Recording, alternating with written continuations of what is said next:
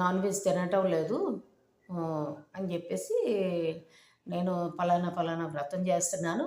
ఆ వ్రతానికి సంబంధించిన కొన్ని మంచి చెడ్డలన్నీ మీలాంటి పెద్దల దగ్గర తెలుసుకొని, మీ దగ్గర మంచి చెడ్డ బ్రతుకుని ఎలా వెళ్లదీయాలి, భగవంతుడిని ఎలా ఆరాధించాలి అవన్నీ తెలుసుకునేదానికి నీ దగ్గరకొచ్చాను. కాబట్టి నీ యొక్క సలహాలు, సూచనలు నాకు చాలా అవసరం అని చెప్పేసి నమ్మబలికింది.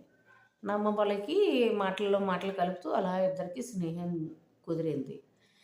ఈ కుదిరిన క్రమంలో ఏం చేస్తుందంటే, ఈ పెద్ద పక్షులు ఏవైతే ఉన్నావో అవన్నీ మేతకి బయటకి ఆహారం తెచ్చుకునేదానికి బయటికి వెళ్ళిపోగానే, ఈ పిల్లి ఎంటర్ అవ్వడం, దీంతో మాట్లాడడం, మళ్ళీ పెద్ద పక్షులొచ్చేపాటికి ఇది బయటికెళ్ళిపోవడం, ఇంటికెళ్ళిపోవడం. ఇలా జరిగింది. అలా జరిగిన క్రమంలో ఏం చేసిందంటే, ఒకరోజు మాటేసి ఈ పెద్ద పక్షులన్నీ బయటికెళ్ళిపోయాయి. బయటికెళ్ళిపోయిన తర్వాత ఈ గ్రద్ద ఏం చేసిందంటే, మొసలి గ్రద్ద